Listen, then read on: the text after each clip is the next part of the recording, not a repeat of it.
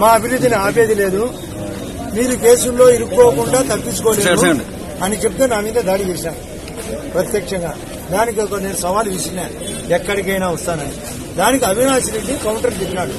ఆదినారాయణ రెడ్డో సోదినారాయణ రెడ్డో ఏదో ప్లస్ స్వయం ఎక్కువైందని మాట్లాడాడు. యాస్ ఆదినారాయణ రెడ్డి సోదినారాయణ రెడ్డి కాదు, సూదినారాయణ రెడ్డి కాబోతున్నాడు. నీకు ప్రత్యేకంగా కూర్చుతా చెప్తా. నేను పులివెందల పులులు అనేది ఈ వైఎస్ఆర్ గురించి చెప్పినాం.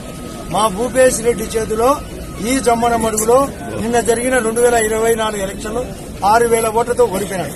వాళ్ళ వలన నేను గెలిచింటే వాళ్ళనే ఓడించినాం. దీనికి ఏం చెప్తావు అంటే సమాధానం. వాళ్ళ పార్టీ తరఫున సూదిరెడ్డిని నువ్వు ఓడించిన 18,000 ఓట్లతో దానికి ఏం చెప్తారు సమాధానం? ఈ కేసు నుంచి ఎట్ట బయటపడతారో చెప్పాలా? అవినాష్ నీకు చెప్తున్నాం, నువ్వు వినాశనం, విధ్వంసం, విషం, నీ బతుకంతా గుండెపోటుతోనే పోతారు. మీరు ఇది తెలుసుకోండి.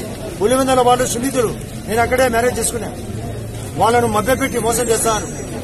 మీరు చీనీలో దోపిడీ, మీరు అరటిలో దోపిడీ, వాడాపరిచి దోపిడీ, మీకు ధనదాహం. మీరు 400 కేజీలు భారతీయ బంగారు కొనేది వాస్తవం. ఎన్ని లక్షల కోట్లు ఉన్నాయి మీ దగ్గర. మీరు డబ్బు కోసమే రాజకీయాలు, మీరు నాశనం చేసేదానికే రాజకీయాలకు వచ్చినాం. మీకు చెక్కు పెట్టడానికే మేము ఉన్నాం. ప్రతిపక్ష నాయకుడు ప్రతి నాయకుడు అయినాడు, విలన్ అయినాడు, డాన్ అయినాడు. అండర్ గ్రౌండ్ లో నోటికి వచ్చే అబద్దాలు, నోటికి వచ్చే దౌర్జన్యాలు, లిక్కర్ కేసులో ఇరుక్కున్నారు, దొంగ సారాయి అమ్మినారు, దాంట్లో ఇరుక్కున్నారు, లడ్డు నెయ్యి కల్తీ దాంట్లో ఇరుక్కున్నారు, పరకామణి చోరీ దాంట్లో ఇరుక్కున్నారు. మరొకటి ఇప్పుడు వివేకానంద కేసు అక్కడ నాంపల్లి కోర్టులో నడుస్తుంది. రేపు 20వ తేదీ నాడు పాత కేసులు సంబంధంగా జగన్ రెడ్డి స్వయంగా ఆదరించినాడు. దాంట్లోనే వాళ్ళ బతుకంతా ఏడ్చేది. గుండెపోటు అని చెప్తే గుండెపోటుతో కుటుంబం బతున్నారు. వాళ్ళు బయటకు వచ్చేది లేదు, సచ్చేది లేదు, మా అభివృద్ధిని ఆగేది లేదు.